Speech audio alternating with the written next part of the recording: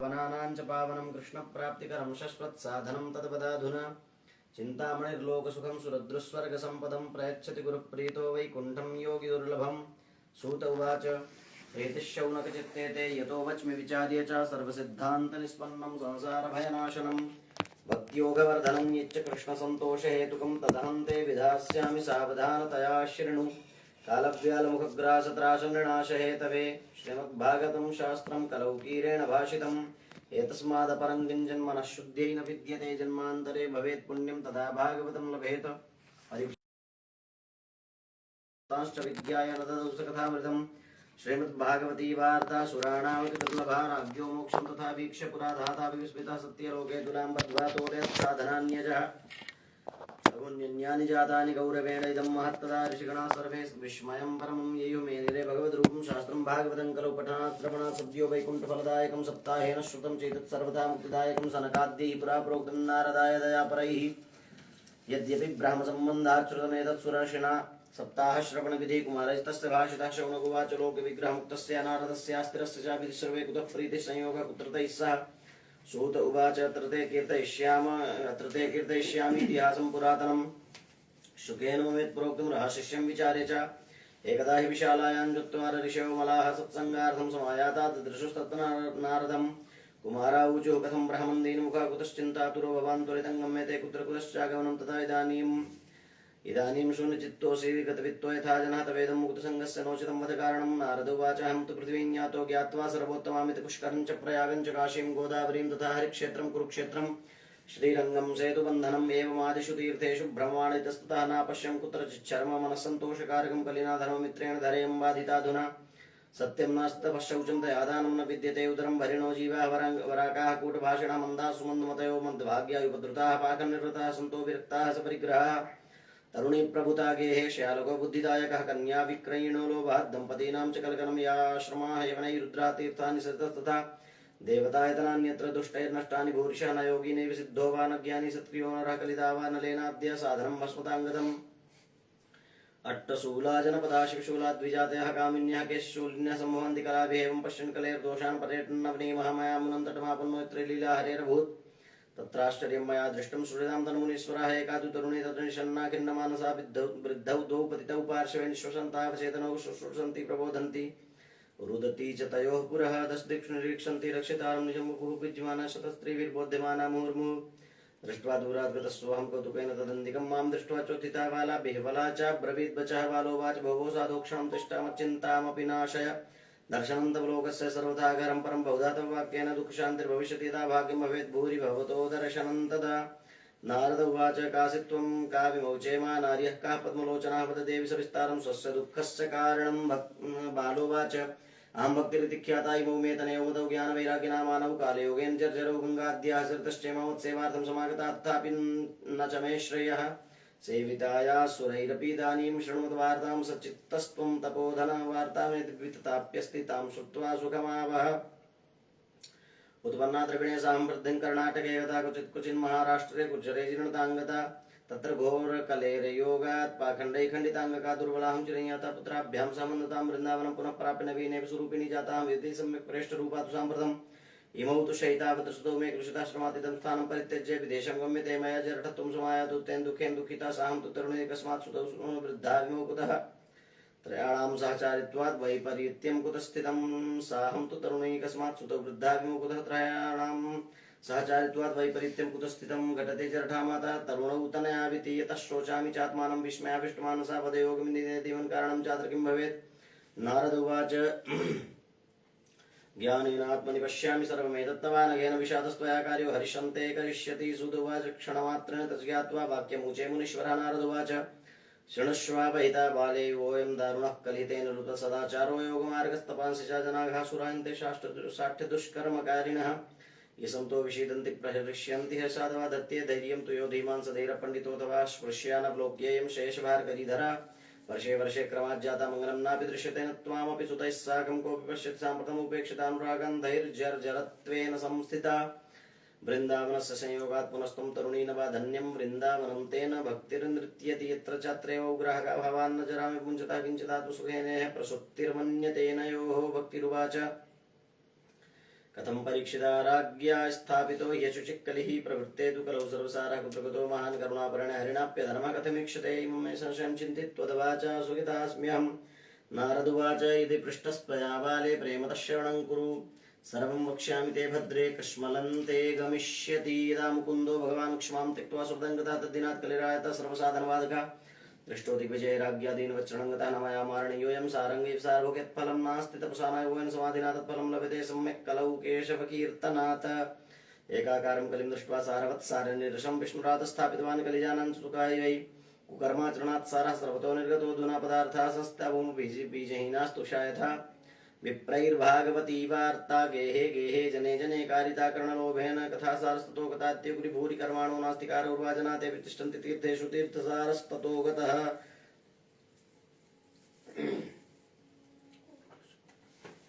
कामक्रोध महालोभ तृष्णाव्याकुलचेतसा ते तिष्ठन्ति तपसे तपस्सारस्ततो गतः। मनुष्यश्चादयाल्लोभात् दम्भात् पाखण्ड संश्रयात् शास्त्रानभ्यसनाच्चैव ध्यानयोगफलं कृतं पण्डितास्तु करत्रेण रुन्ते महिषा इव पुत्रस्योत्पादने दक्षा दक्षा मुक्तिसाधने नहि वैष्णवता कुत्र सम्प्रदाय पुरस्सिरा एवं प्रलयतां प्राप्तो वस्तुसारस्थले तले अयं तु युगधर्मो हि वर्तते कस्य दूषणं नतस्तु पुण्डरीकाक्षः सहते निकटे स्थितः सूतोवाच इति तद्वचनं श्रुत्वा विस्मयं परमं गता भक्तिरुचे वचो भूयः श्रूयतान्तच्च शौनकः शुरर्षे त्वं हि धन्योऽसि मद्भाग्येन समागतः।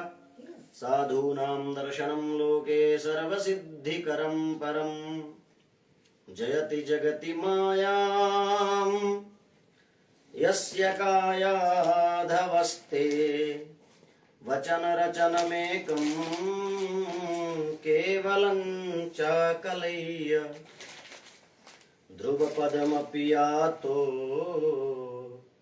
यत्कृपातो ध्रुवोऽयं सकलकुशलपात्रं ब्रह्मपुत्रं नतास्मि। ओम स्वस्ति श्री पद्म पुराणे उत्तरखंडे श्रीमद्भागवत महात्म्ये भक्ति नारद समागमो नाम प्रथमोऽध्यायः।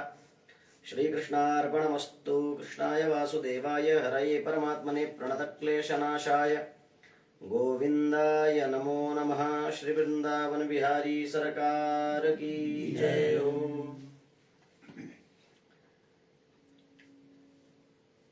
आज हम सबका यह परम सौभाग्य है जो मूल रूप से भागवत कहने और सुनने का अवसर हम सबको मिला है, क्योंकि भागवत की परिपाटी शनै शनै इतनी शीर्ण हो गई और शिथिल हो गई, यानी विकृत हो गई कि चाह करके भी न तो वक्ता कह सुन सकते हैं और न ही श्रोता सुन सकते हैं। एक तो परंपरा बना दी गई कि सप्ताहे श्रवणम सप्ताहम श्रवणम विधि से एक सप्ताह में भागवत की कथा सुने। परंपरा तब बनाई गई थी जब सप्ताह भर का समय निकालते थे तो केवल भागवत के लिए ही निकालते थे। अब एक सप्ताह का समय जब भागवत के लिए निकाला जाता है तो उसमें अध्यात्म कम और राजनीति ज्यादा होती है। क्या क्या करते हैं कि पड़ोसी के भागवत से बढ़िया हमारी भागवत रहे, एक कंपटीशन होता है उसमें। और थोड़ा बहुत जो होता भी है 3 घंटे 4 घंटे की कथा, उसमें 3-4 भजन भी गाना है, थोड़ा कुछ कहानियां भी सुनानी है, नहीं तो फिर लोग नहीं आते। उसमें लगभग 1 घंटे भागवत की कथा होती है। अब 1 घंटे में भागवत कितना कह दिया जाए। और उसमें भी ऐसे कहा जाए कि श्रोता नाराज न हो, यजमान नाराज न हो, ना यजमान नाराज हुआ तो लिफाफा हल्का हो जाएगा। इसलिए वही कहना है जो चेले को अच्छा लगे। तो गुरु बाबा वो कह भी नहीं सकते जो भागवत में लिखा है। तो मूल भागवत कहना और सुनना दोनों ही बंद हो गया। न श्रोता रहे न वक्ता रहे। श्रोता सब सोता हो गए और वक्ता सब वक्ता हो गए। ये श्रोता है तो वक्ता फिर वक्ता है, और श्रोता जब सोता है तो वक्ता फिर वक्ता है। तो ये तो एक बढ़िया समय हाथ लगा, बिहारी जी की कृपा थी कि माता जी को बहाना बना करके भगवान ने हम जितने लोग सम्मिलित होंगे, देखते हैं ठाकुर जी किसको किसको सम्मिलित करते हैं। तो मूल भागवत में जो लिखा है हम केवल उतना ही कह पाएंगे। कुछ विषय जो ऐसे हो, क्लिष्ट हो, न समझ में आए, तो वही सूत शौनक वाली परंपरा से ही कथा हम लोग कर रहे हैं। 4-5 लोग हैं ही जिन्हें जो न समझ में आए तो बीच में बिल्कुल सात्विक प्रश्न कर सकते हैं। ये ना पूछे फैक्ट्री कैसे चलेगी, बहू को बेटा कैसे हो। भागवत से रिलेटेड जो प्रश्न है, क्योंकि भागवत में लिखा है वासुदेव कथा प्रश्न पुरुषां स्त्रीन पुनाति वक्तारम पृच्छकम श्रोत्रीण तत्पाद सलिलम यथा। प्रश्न वही किया जाए जो तीनों का कल्याण करे, वक्ता का, श्रोता का, और वक्ता श्रोता के अलावा भी जो कुछ लोग बैठे हैं। तो कहते हैं कि वासुदेव कथा प्रश्न, वासुदेवस्य कथा, वासुदेव कथा, वासुदेव की कथा, और उससे कथायाः प्रश्न, कथा प्रश्न, वासुदेव कथा प्रश्न। वासुदेव भगवान नारायण की कथा से संबंधित जो प्रश्न है वो पुरुषां स्त्रीन पुनाति, त्रीन पुरुषान पुनाति, तीन पुरुषों को। या पुरुष का अर्थ केवल पुरुष नहीं है, पुरुष स्त्री सब है, जीव को पुरुष के रूप में कहा गया है। अब वो जीव चाहे स्त्री हो, चाहे पुरुष हो, जड़ हो, चेतन हो, किसी भी योनि में उत्पन्न हो, जीव की संज्ञा पुरुष ही है। जीव शब्द ही पुल्लिंग है। आत्मा शब्द जो है वो पुल्लिंग शब्द है। लोग कहते हैं ना आत्मा निकल गई, आत्मा मरती नहीं, ये ऐसा नहीं बोलना चाहिए। आत्मा शब्द पुल्लिंग है। आत्मा, आत्मानव, आत्मानः। तो आत्मा शब्द जो है वह पुल्लिंग है, पुरुष है। अब वो पुरुष में हो, स्त्री में हो, आत्मा तो वही है, अपरिवर्तनीय है। न जायते म्रियते वा कदाचित न जन्म लेता न मरता। तो यहाँ पुरुष का अर्थ है केवल जीव, वो स्त्री हो, पुरुष हो, नपुंसक हो, कोई भी हो।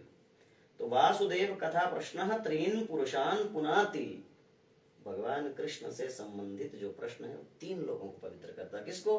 पहला वक्तारम, सबसे पहले तो वक्ता को पवित्र करता है, और दूसरा पृच्छकम, पूछने वाले को, और तीसरा श्रोत्रीन, वो जो और अन्य श्रोता है। तो ऐसे जो प्रश्न हो भागवत से संबंधित, वो प्रश्न बिल्कुल उसी संवाद के रूप में ही हम लोग कथा का चिंतन करेंगे। आज पहला दिन है तो शुभारंभ के तौर पर हम मंगलाचरण कर लेते हैं भागवत का। ये भागवत के महात्म्य के 5-6 अध्याय हैं। एक तो पद्म पुराण का महात्म्य है जो बहुश्रुत है, जो सब लोग जानते हैं। धुंधुकारी और गोकर्ण की कथा, और भक्ति और ज्ञान वैराग्य, 2 कथा है 5 अध्यायों में। और 6वें अध्याय में भागवत कैसे सुनना चाहिए वो विधि लिखी है। तो ये पद्म पुराण का महात्म्य है। एक स्कंद पुराण का भी महात्म्य है जो बहुत लोग नहीं जानते हैं, बहुत वक्ता ही नहीं जानते हैं, श्रोताओं में तो बहुत कम संख्या होगी। तो महात्म्य का अर्थ होता है किसी की महत्ता का गायन या कथन, किसी के महत्ता का बोध, उसको कहते हैं महात्म्य। कितना महान है कोई व्यक्ति या वस्तु, कोई विषय, उसको महात्म्य कहते हैं। तो भागवत का क्या महात्म्य है, यह पद्म पुराण के 6 अध्यायों में कहा। शुरू में जो महात्म्य है, यद्यपि भागवत की गिनती में, भागवत के गिनती में ये नहीं है महात्म्य, लेकिन आज सप्ताह के क्रम में भी पहला दिन तो केवल महात्म्य के लिए ही निकाल लिया। जो अब सप्ताह की कथा पढ़ने इत्यादि जाते हैं विद्यार्थी, या सुनाई जाती है कथा, तो पहला दिन केवल महात्म्य के लिए रख लिया, जबकि महात्म्य भागवत की गिनती में नहीं है। ये पद्म पुराण के हैं, भागवत का नहीं है। धुंधुकारी और गोकर्ण की कथा ही होती है। आप कहीं भी जाइए भागवत कथा सुने तो पहले दिन केवल धुंधुकारी, भगवान की कथा में आता है ना कि वो पूछते हैं कि ये व्रत और पहले किसी ने किया है क्या, और किया तो उसको क्या मिला, तो फिर वो कथाएं जुड़ती जाती। तो कैसे सुने, क्यों सुने, कब सुने, ये बातों का जो विवेचन है वो महात्म्य में है, वो जानना चाहिए। विधि है, लेकिन अगर एक दिन निकालना है तो फिर भागवत कथा 8 दिन की रखनी चाहिए, 7 दिन केवल भागवत के लिए रखना चाहिए। तो महात्म्य जानना जरूरी है। ये एक दवाई है, भव रोग की औषधि है। भागवत में ही लिखा है कि भव औषधात श्रोत्र मनोभिरामात, ये भव रोग की औषधि है। अब औषधि है, दवाई है, एक मेडिसिन है, तो मेडिसिन लेने का एक तरीका होता है। डॉक्टर बताता है इसे खाली पेट लेना, इसे कुछ खाने के बाद लेना, इसे सोने से पहले लेना। तो कैसे लेना है इस दवाई को, वो यहाँ बताया गया महात्म्य। उसके लिए महात्म्य की कथा है। लेकिन वो बता देना तो मेडिसिन का डोज नहीं है ना। डॉक्टर साहब ने बता दिया दवाई खा लेना, केवल इतना बताने से तो रोग ठीक होने वाला नहीं है, तो दवाई लेना पड़ेगा। तो दवाई वाला चैप्टर तो प्रथम स्कंद से आरंभ होता है। तो यह भी महात्म्य की कथा आज हम चर्चा कर लेते हैं। तो सबसे पहले मंगलाचरण करते हैं, तो भगवान के विषय में कुछ कह करके और उन्हें प्रणाम करते हैं। मंगलाचरण का अर्थ होता है, मिंगतौ धातु से मंगल शब्द बनता है। मंगल शब्द का अर्थ ही होता है कल्याण की ओर गमन करना, उसको मंगल कहते हैं। गति के अर्थ में है मंगल। आत्म कल्याण की ओर एक कदम बढ़ाना, उसको कहते हैं मंगल। और आचरण, आसमंतात चरति इति आचरणम, उसको अपने जीवन में उतारना, उसको मंगलाचरण कहते हैं। तो कहते हैं ग्रंथादौ ग्रंथ मध्य ग्रंथांते च कृतं मंगलाचरणम। ग्रंथों में जो मंगलाचरण किया जाता है वो ग्रंथ के आदि में, ग्रंथ के मध्य में, ग्रंथ के अंत में किया जाता है। काहे को, तो बोले विघ्न विघाताय। ग्रंथ जो हम आरंभ कर रहे हैं उसमें कोई विघ्न न आए, उसके पहले हम अपने इष्ट देव का स्मरण करते हैं। तो वेदव्यास जी इसमें स्मरण करते हुए कहते हैं सच्चिदानंद रूपाय विश्वोत्पत्त्यादि हेतवे तापत्रय विनाशाय श्री कृष्णाय वयम नुमः। वयम, वयम माने हम सब, अस्मत् शब्द के प्रथमा विभक्ति का बहुवचन है। वयम, अहम, आवाम, वयम, वयम माने हम सब। श्री कृष्णाय नुमः, श्री कृष्ण को नमस्कार करते हैं। यदि द्वितीया होनी चाहिए इसमें, श्री कृष्णम नुमः होना चाहिए, लेकिन नमः स्वाहा स्वधा अलम वषट योगा चतुर्थी पाणिनीय सूत्र है कि नमः के योग में, स्वाहा स्वधा अलम वषट के योग में चतुर्थी विभक्ति हो जाती है कारक प्रकरण में। तो श्री कृष्णाय, श्री कृष्ण के लिए, श्री कृष्ण को, वयम माने हम सब, नुमः माने नमस्कार करते हैं। नुमः शब्द है कि नमः? नुमः, नौमी, नौमी नुवह नुमः ऐसे बनेगा। नौमी जनक सुतावरम है ना, नौमी नुवह और नुमः। नमः अलग है, नमः नैरुक्त व्युत्पत्ति है, जो नमे इति नमः। नमः शब्द की नैरुक्त व्युत्पत्ति जो होती है, जो हमारे यहाँ 6 शास्त्र हैं, 6 शास्त्रों में से न्याय, योग, वेदांत, मीमांसा, सांख्य और वैशेषिक, तो ये 6 शास्त्र हो गए। और वेद के जो 6 अंग हैं, शिक्षा, कल्प, व्याकरण, निरुक्त, छंद और ज्योतिष, ये वेद के 6 अंग हैं। तो वेदों में प्रयुक्त शब्दों का अर्थ क्या होता है, उसका जो विवेचन है वो निरुक्त शास्त्र में होता है। निरुक्त शास्त्र ही इसलिए है कि वेदों में जो नितराम उक्तः कथितः, जो वेदों में शब्द कहे गए हैं, उन शब्दों का क्या अर्थ होता है वो निरुक्त शास्त्र में। तो उसमें जो नमः का अर्थ है वो यही है, न मे इति नमः। यहाँ मम को में आदेश हुए, व्याकरण की बातें हैं। यहाँ मम है मूल शब्द, मम माने मेरा, न मे जो मेरा नहीं है। जैसे हम लोग हवन करते हैं या पूजा के बाद जल हाथ में लिए, रोज पूजा के बाद हाथ में जल लिए और फिर कृतायाः अनया पूजया गणेशांबिके प्रियेताम न मम, ये जो हमने पूजा करी ये भगवान को समर्पित किया, ये हमारा नहीं है, सब कुछ आपका है। तो ये जो न में न मम, जो मेरा नहीं है, किसका है? भगवान का है। तन मन धन सुख संपत्ति सब कुछ है तेरा, तेरा तुझको अर्पण क्या लागे मेरा। तो भगवान के प्रति समर्पण, तो नमः का और नुमः का अर्थ वही है। तो नमः का अर्थ होता है समर्पण, डेडिकेशन, पूरी तरह से भगवान को समर्पित कर देना सब कुछ, उसको नमः, नमस्कार कहते हैं। तो श्री कृष्ण को हम सब नमस्कार करते हैं। नमस्कार का अर्थ केवल हाथ जोड़ के राम राम या माथा झुकाना नहीं, नमस्कार का अर्थ होता है पूरी तरह से समर्पण, पूर्ण समर्पण। तो हम सब श्री कृष्ण को नमस्कार करते हैं। वयम श्री कृष्णाय नुमः। अच्छा, तो जिन श्री कृष्ण को हम नमस्कार करते हैं, अब हम ठहरे स्वार्थी जीव। ये नमस्कार और प्रणाम बोले, प्रणाम प्रणाम में भी प्रा उपसर्ग है और नम धातु है। प्रणाम में भी नमः ही है, प्रा उपसर्ग है और नम धातु से ही प्रणाम शब्द बनेगा। जो नमस्कार का अर्थ है वही प्रणाम का अर्थ है। तो नमः में केवल नमः है और नमः धनकार है, वो विसर्ग संधि में विसर्जनीय से सा सूत्र है। तो नमः का जो विसर्ग है उसको सा हो गया, तो नमस्कार वो है, उसमें जब संधि विच्छेद करेंगे तो नमःकार ही है, नमःकार, तो उसमें संधि होकर के नमस्कार हो जाता है। और प्रणाम में प्रा उपसर्ग प्रकृष्ट अर्थ में है। प्रकर्षेण नमति प्रणमति, प्रकृष्ट रूप से भगवान के प्रति समर्पण करना, उसका अर्थ प्रणाम होता है। तो प्रणाम, नमस्कार, नमन वही अर्थ है। शब्दों का थोड़ा सा उपसर्ग के कारण थोड़ा सा अर्थ परिवर्तित हो जाता है। तो कहते हैं श्री कृष्णाय वयम नुमः। वेदव्यास जी कहते हैं कि हम श्री कृष्ण को नमस्कार करते हैं। अच्छा, तो जिन श्री कृष्ण को नमस्कार करते हैं वो हैं कौन, वो कैसे हैं, क्या करते हैं, और हम क्यों नमस्कार करें उन्हें।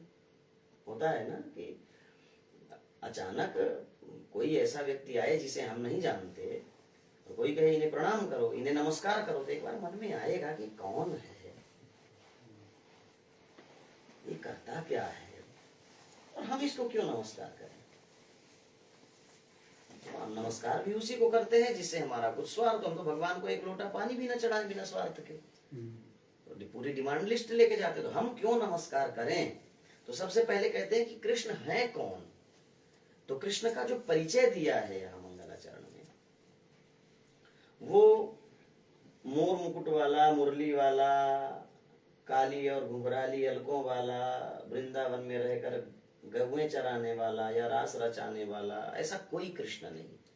कृष्ण का जो स्वरूप यहाँ पर बताया, वो कहते हैं सच्चिदानंद रूपाय। वो सत स्वरूप, सच्चिदानंद में 3 शब्द हैं, सत, चित और आनंद, सच्चिदानंद।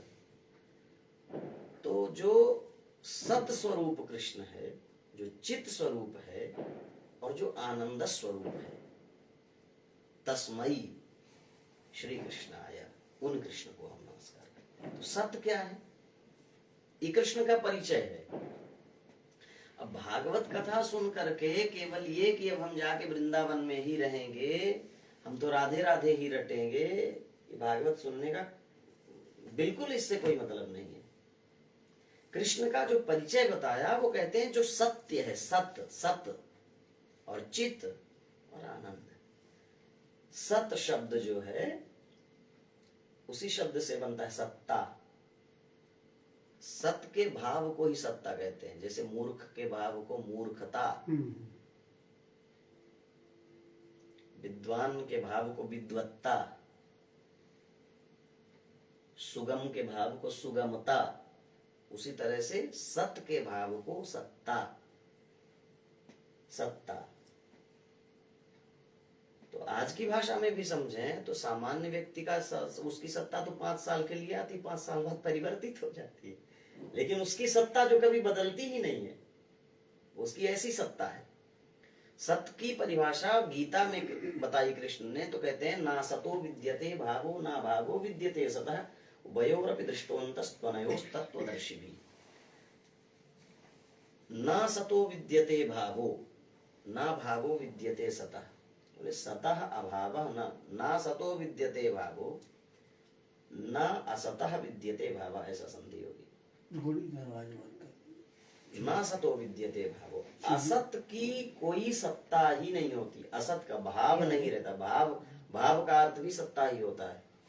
भाव शब्द भू धातु से बनता है और भू धातु सत्ता के ही अर्थ में है, भू सत्तायाम। व्याकरण के चैप्टर में सबसे छोटी पुस्तक लघु सिद्धांत कौमुदी, उसमें जो धातु प्रकरण है वो पहला प्रकरण है, ये भुआदि प्रकरण। और भुआदि प्रकरण में सबसे पहले भू धातु ही है, वहां भू सत्तायाम लिखा है। भू धातु सत्ता के अर्थ में है, माने होना, सत्ता माने होना, उसका एग्जिस्टेंस वो है, उसी को सत्ता कहते हैं। तो जिसका कभी अभाव न हो वो सत है।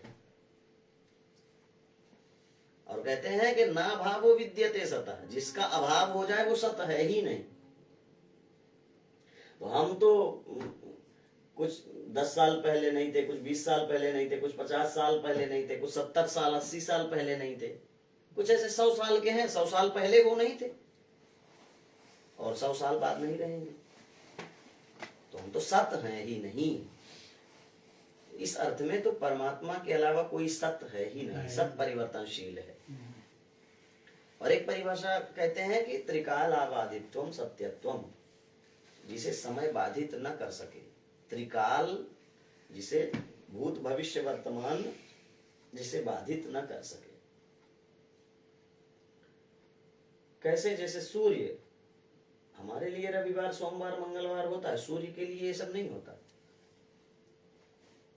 सूर्य के लिए ये सब रविवार सोमवार मंगलवार, दिन और रात, सुबह शाम दोपहर, ये सूर्य के लिए नहीं है, ये सब हमारे लिए है।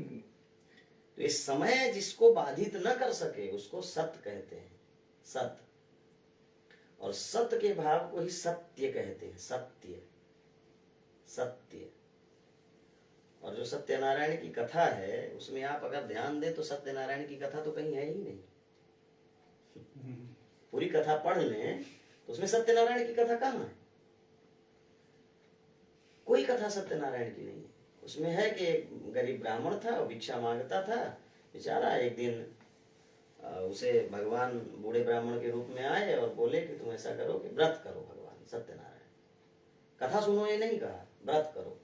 कैसे करे? तो विधान बताया। तो उसने संकल्प किया कि आज भिक्षा मांगने से जो धन मिलेगा मैं उससे भगवान का व्रत करूंगा और उनका पूजन करूंगा। और उस दिन उसे ज्यादा धन मिलता है और वो ब्राह्मण उस भिक्षा से प्राप्त धन से भगवान का पूजन करता है और व्रत रखता है। इसका मतलब है जो उसने कहा था वो किया। आज भिक्षा मांगने से जो धन मिलेगा उससे भगवान का पूजन करूंगा, व्रत करूंगा, उसने किया। फिर एक कथा ऐसी आती है कि एक सेठ जी थे, उन्होंने कहा कि हमारे यदि बेटा बेटी कुछ हो जाए तो तदा व्रतम करिष्यामि यदा मे संततिर् भवेत्, मुझे संतान हो जाए तो मैं व्रत करूंगा। संयोग से बिटिया हो गई पर व्रत नहीं किया, मतलब उसने असत्य कर दिया। तो पत्नी ने ध्यान भी दिलाया, एक बार याद दिलाया कि अरे तुम बोले थे कि कुछ संतान हो तो व्रत करेंगे, नहीं किया। तो बोला कि अब कंजूस सेठ, सेठ तो व्यापार का फॉर्मूला है मिनिमम इन्वेस्टमेंट और मैक्सिमम प्रॉफिट, कम लागत ज्यादा फायदा। बोला काहे को पंडित जी को बुलाएं, कथा सुने, दक्षिणा दें, ब्राह्मणों को बुलाएंगे, फिर भोजन कराना पड़ेगा, फिर सबको दक्षिणा देना। ऐसा करेंगे जब इसका विवाह होगा, विवाह समय तस्याः करिष्यामि व्रतम, तो ये इसके शादी के समय कर लेंगे। उस समय सबको बुलाना भी पड़ेगा, नाते रिश्तेदारों को, पंडित जी भी बैठे रहेंगे घर में, तो उस समय व्रत भी कर लेंगे। तो संयोग से विवाह भी हो गया और व्रत नहीं किया, फिर सत्यनारायण कर दिया। तो फिर उसके ऊपर समस्या आती है। तो यही कथाएं हैं कि किसने सत्य कहकर जो कहा वो किया, ये सत्यनारायण का व्रत हो गया। और जो कहा वो नहीं किया, यह सत्यनारायण का व्रत है। असत्य भी नारायण ही है। भागवत के दूसरे स्कंद में लिखा है कि धर्म भगवान का हृदय है और अधर्म जो है वो पीठ है। तो असत्य कर दिया, तो सत्य ही नारायण है। और जो भगवान सत्यनारायण की प्रतिमा भी आती है वो शंख चक्र गदा पद्म 4 हाथ वाले वही नारायण की ही तो फोटो है, कोई अलग से तो सत्यनारायण है नहीं। जैसे नरसिंह नारायण हो गए, वराह नारायण हो गए, सूर्य नारायण हो गए, राम नारायण हो गए, कृष्ण नारायण की अलग अलग छवियां हैं, लेकिन सत्यनारायण की कोई अलग छवि नहीं है। वही सशंख चक्रम सकिरीट कुंडलम सपीत वस्त्रम सरसीरुक्षणम, वही चतुर्भुज भगवान की तो फोटो है। तो सत्य ही कृष्ण है, सत्य ही नारायण है। तो पहला जो भगवान का स्वरूप बताया वो बताया सत्य। हम श्री कृष्ण को प्रणाम करते हैं, श्री कृष्ण कैसे हैं तो कहते हैं सत्य हैं, श्री कृष्ण सत्य हैं। यानी जीवन में कोशिश करें बिना बहुत आवश्यकता के झूठ न बोले।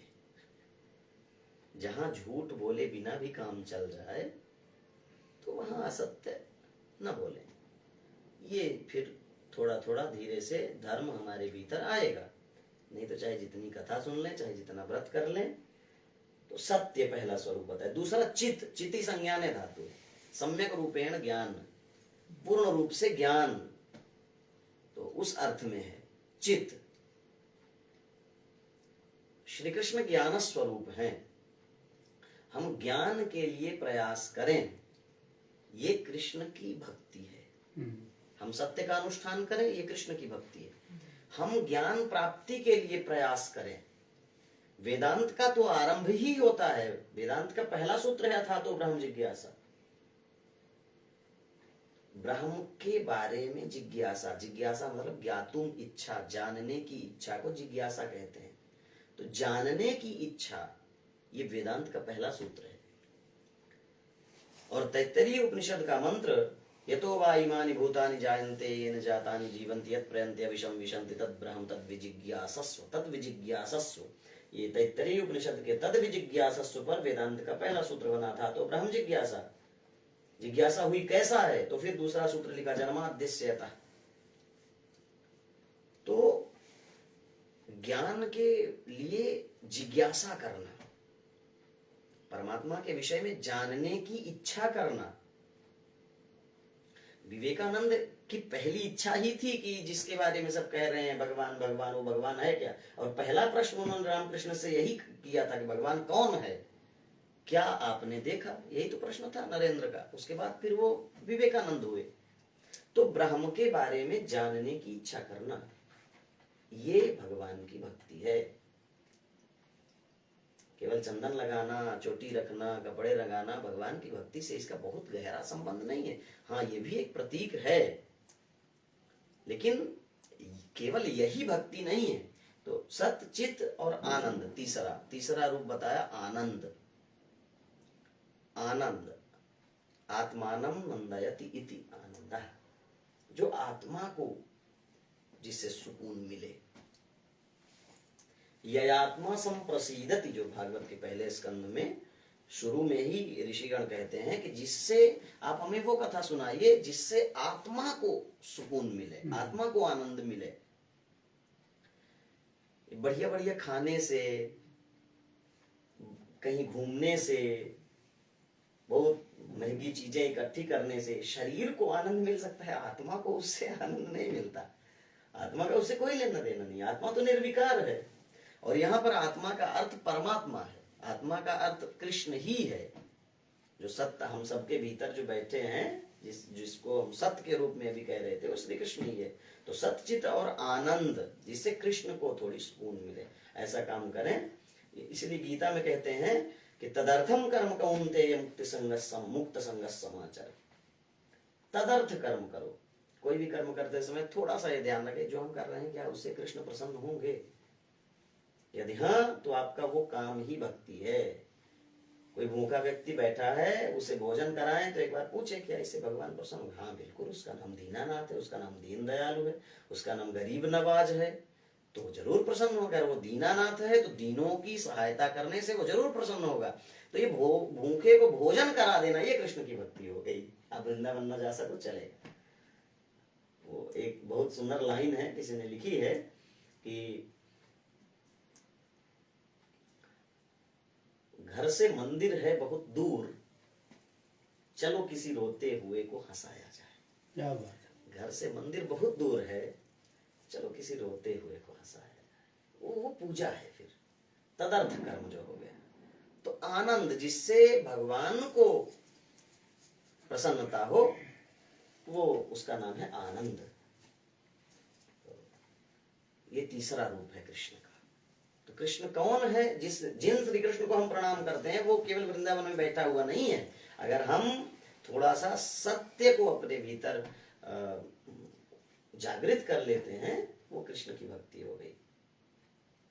अगर हम ज्ञान की प्राप्ति के लिए, ज्ञान की प्राप्ति मतलब ये नहीं कि पड़ोसी की जेब कैसे काट लें उसको पता ना चले, ये ज्ञान नहीं है। जानकारी हो सकती है, इंफॉर्मेशन हो सकती है, लेकिन स्पिरिचुअल नॉलेज उसे नहीं कह सकते। वो ज्ञान नहीं है, वो जानकारी है। बाहर से इकट्ठा कर लिया, ज्ञान तो भीतर से प्रकट होता है। तो ज्ञान की प्राप्ति के लिए प्रयास करना। तद विद्धि प्रणिपातेन परिप्रश्नेन सेवया उपदेक्षन्ति ते ज्ञानम ज्ञानिनः तत्त्वदर्शिनः। इसीलिए कृष्ण ने कहा कि वो ज्ञान कहाँ मिलेगा? तो महापुरुष बताएंगे। जो महापुरुष हैं, जिन्होंने जान लिया है, वो बताएंगे। तो सत, चित और आनंद, ये कृष्ण के स्वरूप है। भागवत में जिस कृष्ण की चर्चा हम करने जा रहे हैं, वो कृष्ण कैसा है? वो सत स्वरूप है, वो चित स्वरूप है और वो आनंद स्वरूप है। अच्छा, करता क्या है? स्वरूप तो बड़ा सुंदर है। अब हम कहीं जाएं किसी के यहाँ संबंध जोड़ने, तो एक बात मैं हाँ पूछना चाहूंगा जी। जैसे कोई हम बात बोलते हैं या कोई कर्म करते हैं, हाँ तो उसमें हमको तो आनंद मिलता है, पर सामने वाला उससे दुखी होता है, तो उसको अपन क्या कहेंगे? नहीं, हमको आनंद हम मिलता कोई है, कार्य कर रहे हैं, जैसे हम कुछ बोल रहे हैं किसी को, हाँ, तो हम तो उससे आनंदित हो रहे हैं, पर सामने वाला उससे नहीं, वो उसको आनंद नहीं कहते, उससे हम आनंदित नहीं हो रहे हैं। अगर सच में थोड़ा सा विचार किया जाए तो उससे केवल हमारा अहंकार पुष्ट हो रहा है कि हमने बढ़िया उसको गरियाया, या हमने कुछ उसको अच्छा बोला, अच्छा उसके इंसर्ट कर, या हमने अपना बहुत अच्छा बखान किया। लेकिन आप जब अकेले में कमरे में बैठ करके सोचेंगे क्या हमने अच्छा किया, तो आप खुद कहेंगे कि हमने अच्छा नहीं किया। और फिर एक बात, दूसरी बात थोड़ी और डीप में जाए, तो हमको आनंद मिल रहा है, तो पहले तो हम ये जाने कि हम हैं कौन। क्या सच में हमको आनंद मिल रहा है? एक जो शरीर से आत्मा का जो अटैचमेंट हमने बना दिया है, उसको तादात्म्य बोलते हैं। बुद्धि का इंद्रियों के साथ जो तादात्म्य हो गया, अभी इसमें भागवत के चौथे स्कंध के अंतिम में एक पुरंजन उपाख्यान आता है, उसमें इंद्रियों के साथ जो आत्मा का तादात्म्य कर दिया गया है, हमने ऐसा समझ लिया है। कोई हमारा हाथ पकड़, अभी लाइट चली जाए, अंधेरा हो जाए और यहाँ से हम सब चलने लगे, तो आपके पैर में हमारा पैर टकराए, तो हम आपके सिर में या पैर में ऐसे टच करके पूछे आप कौन, तो आप अपना नाम बताएंगे कि मैं।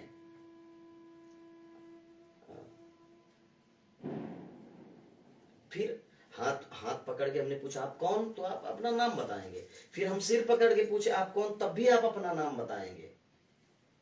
यद्यपि ये जो हमारा नाम है, कुछ भी नाम है, जैसे मुरलीधर जी नाम है, तो हम हाथ पकड़ के पूछे आप कौन, तो आप कहेंगे मैं मुरलीधर, लेकिन उसको कहते हाथ हैं।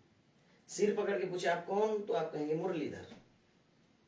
या आप किसी का दरवाजा खटखटाइए, आपसे पूछेगा, अंदर से आवाज आएगी भैया कौन, तो आप अपना नाम ही तो बताएंगे। तो आप डॉक्टर के पास जाएं, सर आज मेरा हाथ दर्द कर रहा है, ये मेरा हाथ हो गया, ये मेरा सिर हो गया, आज मेरा पूरा शरीर दर्द कर रहा है, तो ये मेरा शरीर हो गया। अच्छा, मेरा वस्त्र है, तो स्वाभाविक है कि मैं वस्त्र नहीं हूं। वस्त्र यदि मेरा है तो सीधी सी बात है कि मैं अलग हूं और वस्त्र अलग है। वस्त्र मेरा है तो मैं कोई अलग हूं ना उससे। पुस्तक मेरी है मतलब मैं पुस्तक नहीं हूं। शरीर मेरा है इसका मतलब मैं शरीर नहीं हूं। ये मेरा शरीर है मतलब मैं शरीर नहीं हूं। तो जो मुझे जो खुशी मिल रही है, मैं जो हूं, वो मैं जो हूं वही वो भी है जिसको हम अभी डांट के आ रहे हैं। जो आध्यात्मिक भाषा में वो तो जैसे घट घट में उसी की परछाई है। 10 घड़े में पानी भर दिया जाए तो परछाई एक सूरज की दिखेगी या एक चंद्रमा की दिखेगी, तो 10 घड़े में परछाई होने के कारण सूर्य 10 नहीं हुए, वो एक ही अलग अलग में दिख रहा है। तो एक बार ऐसा ही हुआ था कि एक बहुत अच्छे संत हुए हैं स्वामी राम तीर्थ। स्वामी राम तीर्थ, तो उनका एक कोई शिष्य था। उन घड़ी पहनने का शौक था स्वामी रामतीर्थ को, तो अपनी घड़ी उन्होंने एक दिन अपने शिष्य को उसके हाथ में बांध दिया। तो उसे थोड़ा संकोच हुआ, गुरुजी की घड़ी, गुरुजी को घड़ी बहुत प्रिय है। तो वो समझ गए, तो बोले कि उसके सिर में हाथ फेरा, बोले चिंता मत करो, आज से मेरी ये घड़ी मेरे इस हाथ में रहेगी। तो जो महापुरुष होते हैं वो अपने से अलग किसी को देखते ही नहीं है। व्यावहारिक जगत में थोड़ा भेद करना पड़ता है, लेकिन आध्यात्मिक जगत में भेद होता ही नहीं है। इसीलिए एक श्लोक है नीति का, कई लोगों ने सुना होगा कि आत्मनः प्रतिकूलानि परेशान न समाचरेत। एक ऐसा है कि आत्मनः प्रतिकूलानि, जो हमको अच्छा न लगे वो दूसरे के साथ नहीं करना चाहिए। अपने से जो प्रतिकूल हो वो व्यवहार दूसरे के साथ नहीं करना चाहिए। तो जब ये धीरे अध्यात्म के पथ से, अध्यात्म में जब हम थोड़ी थोड़ी आगे बढ़ते जाते हैं तो ये चीजें फिर दूर हो जाती हैं कि हमको आनंद मिल रहा है उसको कुछ कह करके, फिर तो ऐसा हो जाता है कि तत्सुख सुखित्व की भावना आने लगती है। किसी के दुख में, और अपने दुख में रोने वाले मुस्कुराना सीख ले, औरों के दुख दर्द में आंसू बहाना सीख ले। तो किसी के कष्ट से जो कष्ट हो जाए हमको, तो फिर अध्यात्म में व्यक्ति आगे बढ़ता है। यही कथा भी आएगी महात्म्य में ही है कि भक्ति को रोते हुए देखा तो नारद दुखी हो गए। फिर वो प्रश्न करते हैं कौन हो तुम, इसी पहले ही अध्याय में है, कासित्वम का विमोचे नार्य का पद्मलोचना। ये धीरे धीरे धीरे धीरे किसी को दुखी करके सुखी होने वाली जो भावना होती है वो फिर दूर होने लगती है, क्योंकि तादाद में बढ़ने लगता है। और फिर हमको ये धीरे धीरे लगने लगता है कि जो आत्मा हमारे भीतर, वही उसके भीतर, अगर हमको दुख होता है तो उसको भी दुख होगा, अगर हमको प्रसन्नता होती तो उसको प्रसन्नता होती है। ये चीजें धीरे धीरे फिर कम होने लगती हैं। तो भगवान का स्वरूप बताया सच्चिदानंद रूप, तो बोले स्वरूप तो ठीक है, इनसे रिश्ता जोड़ना चाहिए। अच्छा, कोई शकल से ठीक हो जाए तो काम थोड़ी ना चलेगा। अब ये भी पूछना पड़ेगा कि करता क्या है। बेटी का विवाह करने जाए तो पहले देखते हैं कि लड़का दिखता कैसा है, सबसे पहले जाएंगे। ये कहते लड़का देखने जा रहे हैं, वो दिखता कैसा है। अब गए, देखा, ठीक है, बढ़िया है, घर ठीक है, परिवार ठीक है, लड़का देखने में ठीक है। फिर पूछेंगे अच्छा करता क्या है। तो जिन कृष्ण को हम नमस्कार कर रहे हैं, सर्वस्व समर्पण कर रहे हैं, वो करता क्या है। तो कहते हैं विश्वोत्पत्त्यादि हेतवे, वो विश्व की उत्पत्ति आदि, आदि का अर्थ होता है उत्पत्ति के साथ आदि जोड़ दिया, मतलब पालन और संहार, उत्पत्ति, स्थिति और लय। तो जो इस विश्व की उत्पत्ति कारक है, जिससे यह सारा संसार जन्म लेता है। तैत्तरीय उपनिषद वेद का मंत्र है यतो वा इमानि भूतानि जायन्ते, जिनसे ये सारा संसार पैदा होता है। अब पैदा हुआ तो फिर उसका पालन पोषण भी करना है, तो कौन करेगा। तो बोले येन जातानि जीवन्ति। वेद भगवान कहते हैं कि जिनकी सत्ता के कारण जन्म लेने के बाद ये सारा संसार जी रहा है, और फिर जो जन्म लिया है वो मरेगा। जातस्य ही ध्रुवो मृत्यु ध्रुवम जन्म मृतस्य च, गीता। जिसने जन्म लिया मरना पड़ेगा। तो अंतिम में मरता कैसे। तो कहते हैं कि यम यत प्रयंति अभिसंविशंति, अंतिम में जिनमें जाकर के ये सारा संसार लीन हो जाता है, लय हो जाता है, जिससे पैदा हुआ, जिसमें स्थित है और जिसमें अंतिम में जाके लीन हो जाता है। तम, ऐसे श्री कृष्ण को, तस्मै श्री कृष्णाय वयं नुमः, ऐसे श्री कृष्ण को हम सब नमस्कार करते हैं। ठीक है, स्वभाव भी, स्वरूप तो सुंदर है ही, स्वभाव भी बड़ा अच्छा है। एक तो पैदा किया, पैदा करके पालन पोषण किया, और फिर अंतिम में मोक्ष भी दे देता है। बढ़िया है, हम नमस्कार करें। अच्छा ठीक है, स्वरूप बड़ा अच्छा है, स्वभाव अच्छा है, मैं नमस्कार करूं तो मुझे क्या मिलेगा। तो कहते हैं तापत्रय विनाशाय, जो तीनों तापों को विनष्ट कर दे। केवल नाश नहीं, यहां पर विनाश लिखा, वि उपसर्ग और लगा दिया, विशेष अर्थ में विनाश कर देता है। नाश तो नष्ट करना, और विनाश यानी जैसे किसी बबूल का पेड़ हो, कांटा लग रहा हो तो उसे आप काट दें तो 2 महीने बाद फिर से वो जड़ से उग जाएगा। तो बोले उसको जड़ से उखाड़ दो, तो उसको विनाश करते हैं भगवान, जड़ से। तीनों तापों को जड़ से नष्ट कर देते हैं। तापत्रय विनाशाय तस्मै श्री कृष्णाय वयं नुमः। ऐसे श्री कृष्ण को हम नमस्कार करते हैं। अब वृंदावन के लोगों की भाषा में कहें तो किसी ने पूछ दिया वेद व्यास जी से कि आपने केवल श्री कृष्ण को नमस्कार किया। अब भैया बिना राधा के तो कृष्ण आधा है, और आपने राधा, कृष्ण की याद आए और राधा की याद ना आए, ऐसा कैसे हो सकता है? असंभव। कृष्ण की याद आए और गाय याद ना आए, कृष्ण की याद आए और मुरली ना याद आए, असंभव। कृष्ण का ध्यान करे और मोर पंख भूल जाए, तो इनके बिना कृष्ण अधूरा रहता है। तो किसी ने कहा कि आपने कृष्ण, श्री कृष्ण को नमस्कार किया, राधा जी को भुला दिया। तो मनो वेद व्यास जी कहते हैं नहीं नहीं, हमने केवल कृष्ण को नहीं प्रणाम किया, अभी तो श्री कृष्णाय मैंने कहा है। तो श्री कृष्णाय, जो श्री है, तो श्री इति राधा, जो श्री है, इसीलिए वृंदावन में श्री जी कहते हैं श्री राधा रानी को, श्री जी कहते हैं। तो कहते हैं श्री कृष्णाय श्रिया सहितः कृष्णः श्री कृष्णः तस्मै श्री कृष्णाय।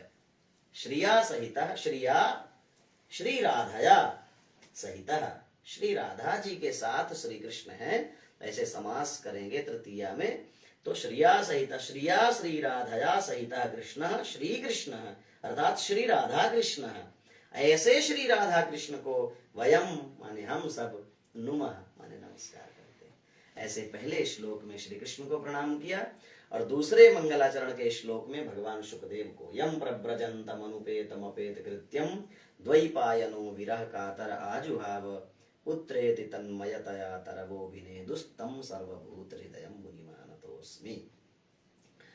अब ग्रंथ की रचना करना है तो सबसे पहले भगवान को प्रणाम किया। कोई भी काम करें तो सबसे पहले भगवान को याद करें, और भगवान के बाद भगवान के भक्त को प्रणाम किया। भगवान और भगवान के भक्तों में कोई अंतर नहीं होता। भक्तमाल के लेखक ने एक दोहा लिखा है कि भक्तमाल के टीकाकार ने कि भक्त भक्ति भगवंत गुरु चतुर नाम वपु एक, इनके पद वंदन किए नाशन विघ्न अनेक। भक्त, भक्ति, भगवंत माने भगवान, और गुरु, ये चतुर नाम, ये नाम चार है लेकिन वपु एक। वपु माने होता है शरीर। ये चतुर नाम, नाम तो चार है लेकिन वपु एक, ये शरीर एक ही है। एक ही शरीर के नाम है चार। जैसे एक ही व्यक्ति पुत्र के लिए पिता है, और पिता के लिए पुत्र है, पति के लिए पत्नी के लिए पति है, भतीजों के लिए चाचा है या ताऊ है, भांजे के लिए मामा है। ऐसे एक ही व्यक्ति के बहुत सारे नाम हो जाते हैं।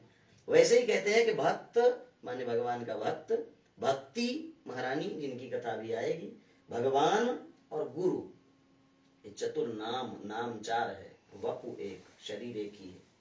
इसीलिए गुरु ब्रह्मा गुरु विष्णु गुरु साक्षात परब्रह्म वही है। तो राम जी खुद कहते हैं कि सातों सम मोहिमय जग देखा, मोते संत अधिक करि लेखा। भगवान में, भगवान के भक्तों में कोई अंतर नहीं होता।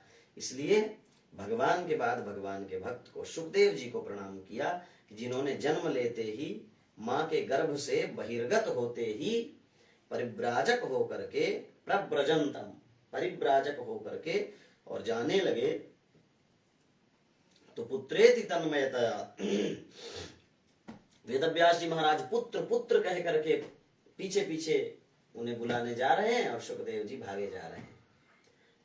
तो लेकिन वापस नहीं आए सुखदेव जी। ऐसे सर्वभूत हृदय, सर्वभूत हृदय कहा सुखदेव जी को।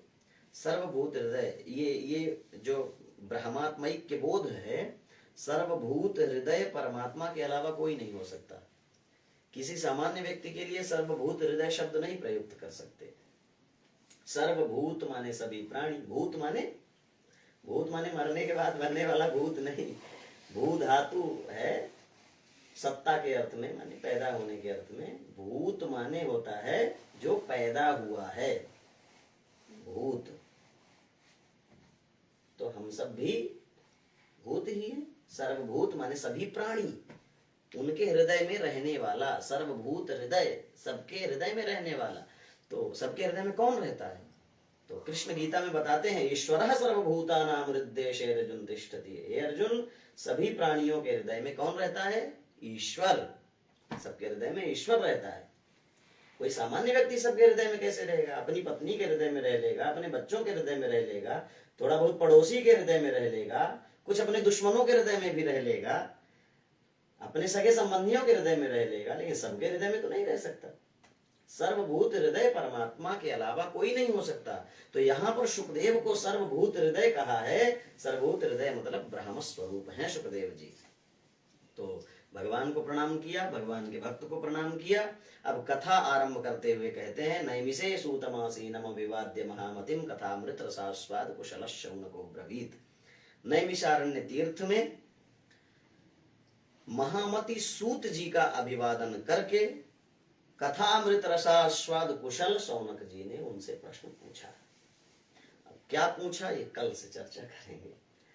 और क्रमशः एक एक श्लोक कह करके और उनका जो शब्दार्थ, कुछ श्लोकों का केवल शब्दार्थ करेंगे, कुछ श्लोकों का भावार्थ भी करेंगे और कुछ श्लोकों का विशेषार्थ भी करेंगे, जो जहाँ जैसा समय और आवश्यकता रहेगी उस हिसाब से भागवत की चर्चा करेंगे।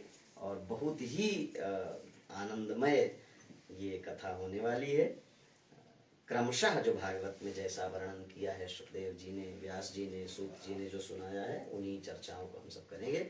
इसी के साथ आज की इस कथा को हम सब विराम दें, भगवान वृंदावन बिहारी के चरणों में प्रणाम करते हुए कि हमें इस कथा को कहने और सुनने की सामर्थ्य प्रदान करें।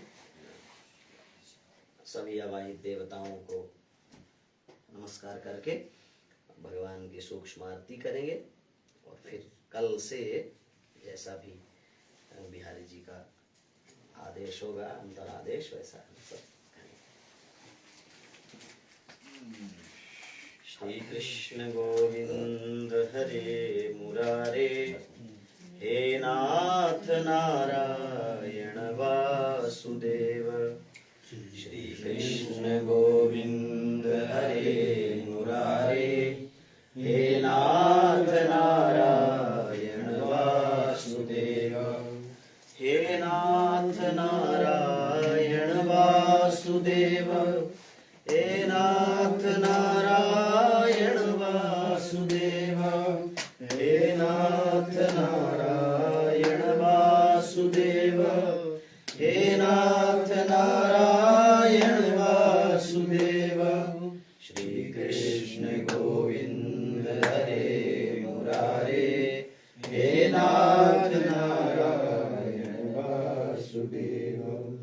ओम चंद्रमा मनसो जातश्चक्षुः सूर्यो अजायत, श्रोत्राद्वायुश्च प्राणश्चमुखाद् विनिरजायत। इदगुं हविः प्रजननं मे अस्तु दशवीरगुं सर्वगणगुं स्वस्तये आत्मशनि प्रजा शनि पशु शनि लोक धन्यभय शनि अग्निः प्रजां बहुलां मे करोद्वन्नं पयोरेतो अस्मासु दत्त। आराधिक्यं समर्पयामि भगवते श्री पुराण पुरुषोत्तमाय कृष्णाय नमः। बोलिए श्रीमद्भागवत महापुराण की जय।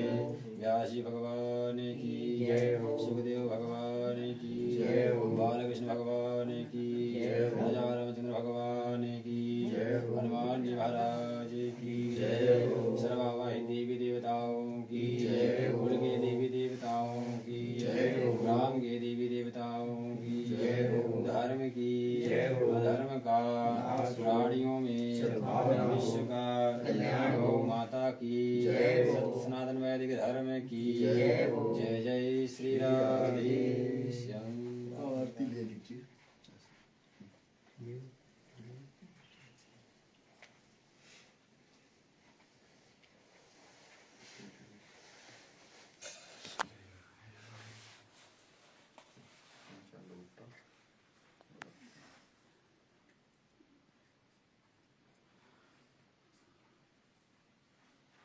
जय श्री राम।